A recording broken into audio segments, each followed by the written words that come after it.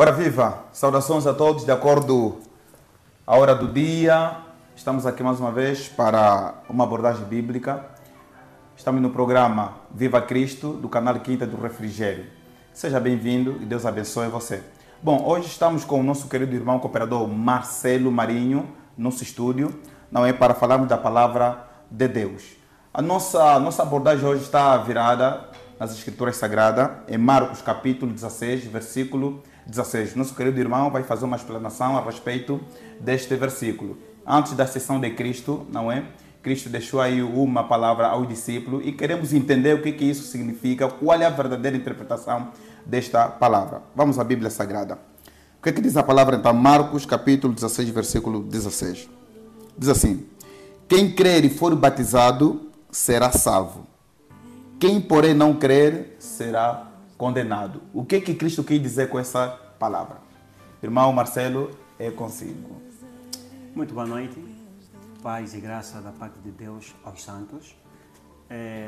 Queremos antes agradecer pelo convite que nos foi dado e vamos então à questão que nos é colocada com relação à passagem bíblica que nos é dita quando nosso Senhor Jesus dizia que quem crê será salvo, entretanto, quem não crê será condenado. Em outras versões, nós podemos encontrar a tradução a dizer que quem crê e for batizado será salvo e quem não crê está condenado. Antes de mais, permitam-me fazer uma aplicação imediata no versículo, a parte B, onde diz quem crê e for batizado. Paira, às vezes, uma percepção errada de que aquele que creu, porém não for batizado, eventualmente não é salvo. Ainda aqueles que acreditam que também o batismo é o fator que complementa a salvação. Mas essa aqui não é a ideia real que Cristo realmente queria nos deixar. E prova disso nós vemos então quando Cristo está lá no alto madeiro, com os salteadores, e um dos salteadores naquele momento crê verdadeiramente que ele é o Filho unigênito de Deus e suplica ao nosso Senhor para que viesse a lembrar-se dele quando este então viesse a entrar no reino do seu Pai. E vimos aí o Senhor Jesus a deixar claro que hoje mesmo tu estarás comigo. Então desconstrói-se aqui a ideia de que aquele que creu, porém não chegou a ser batizado, eventualmente poderá não ser salvo por falta do batismo. Então, este ponto aqui acreditamos que fica já assim meio que esclarecido. Amém. O que na verdade salva é a crença genuína na pessoa de Jesus. E o batismo, como sabemos, vem ser então um testemunho visível que nós o recebemos e a forma de demonstrar que sepultamos nosso velho homem, assim como Cristo morreu, e ressuscitamos então com Cristo pelo batismo na morte, assim como estamos em Romanos 6. Agora, a questão aqui que se coloca é: quem crê e for batizado será salvo. Quem crê, o que é isto então, crer em Jesus? Nós vamos ter que primeiramente lembrar daquilo que nos foi apresentado no livro de Gênesis. Por quê? Porque ele traz aqui o relato de uma condenação. Para que haja uma condenação, é necessário que haja uma violação de um princípio que havia sido estabelecido.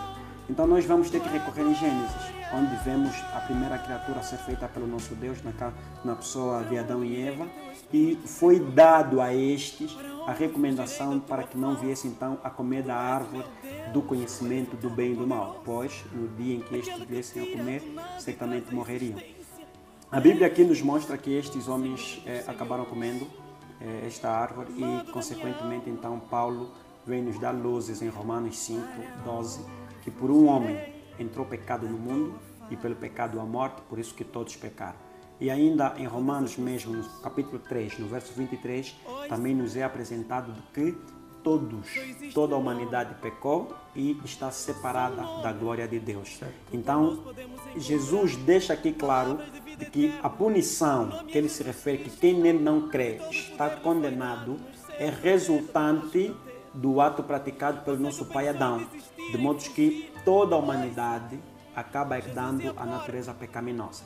E aqui basta também ressaltar que a punição que a humanidade recebe agora não é de um ato presente, não é por você praticar hoje. Não. Você pode até ser alguém moralmente correto, moralmente aceite, no ponto de vista social. Entretanto, você herdou a natureza do teu pai Adão, aquele que foi o primeiro ser criado pelo nosso Deus. Então, é uma punição resultante de um ato que a gente, na verdade, acarreta desde o momento do momento que a gente nasce. E agora, o que nós queremos aqui também deixar claro é que o crer em Jesus não se delimita em você falar que crê em Jesus. Porque não é isso que ele estava a dizer. Jesus não estava a vir para aqui e dizer, se vocês falarem que creem em mim, automaticamente vocês são salvos. Não. O que na verdade estava a trazer aqui é um reconhecimento interior de que este Jesus, assim como aconteceu com o homem na cruz, era um salteador de natureza, totalmente desprovido de toda a misericórdia, totalmente desprovido de toda a bondade de Deus, mas ele olhou para a pessoa de Jesus no madeiro e reconheceu no seu espírito, no seu intelecto, ele percebeu que verdadeiramente este é o Filho unigênito de Deus e eu vou me render a ele, vou me entregar em forma de dependência a ele. Você vê que ele faz um pedido ao Senhor como que uma súplica, permita-me que eu esteja no teu reino quando você estiver lá, lembra-se de mim pelo menos. E Jesus deu então a garantia. Então nós vemos aqui uma aceitação no intelecto, no homem interior daquele salteador na cruz. Então não é pura e simplesmente, não passa pura e simplesmente por nós entendermos de que se eu falar que creio, automaticamente eu sou salvo. Por que nós falamos isso? Porque a Bíblia ainda nos apresenta Paulo a dizer que creem que existe Deus, fazem bem. Os demônios também creem e estremecem. Entretanto, os demônios não vão ser salvos. E a questão que se coloca é, não serão salvos por quê? Porque embora eles dizem que acreditam, que creem em Deus, eles creem em Deus como alguém que existe. Não creem em Deus como o centro da vida deles, aquele que é o progenitor deles espiritualmente falando, progenitor deles fisicamente falando, né? Estamos a falar de homens.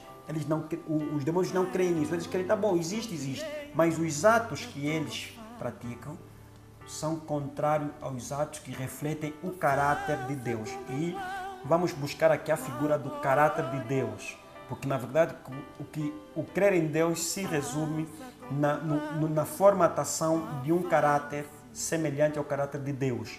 A pessoa que diz que crê em Deus, ele agora tem que mortificar o seu velho homem, aquele homem que caiu em Adão, aquele homem que todas as suas vontades e desejos eram afronta a Deus, desrespeitavam a moral de Deus, desrespeitavam a santidade de Deus. Então, este homem agora olha para Jesus, olha para os ensinamentos de Jesus e aceita esse ensinamento. Permite que a sua vida seja regida pelos ensinamentos desse Jesus, primeira coisa. Segundo, esse Deus, ele não quer só que nós cumpramos com o que ele escreve que a gente tem que fazer, mas ele também colocou-nos e ele quer se relacionar conosco. Se nós olharmos novamente para o livro de Gênesis, nós vamos ver que antes da queda, a Bíblia diz que na variação do dia o Senhor vinha para comunicar-se com Adão. Então isso aqui nos mostra um relacionamento. E vamos falar aqui como que o relacionamento entre um homem e uma mulher, né? Quando nós acabamos conhecendo uma jovem, a gente conquista a jovem,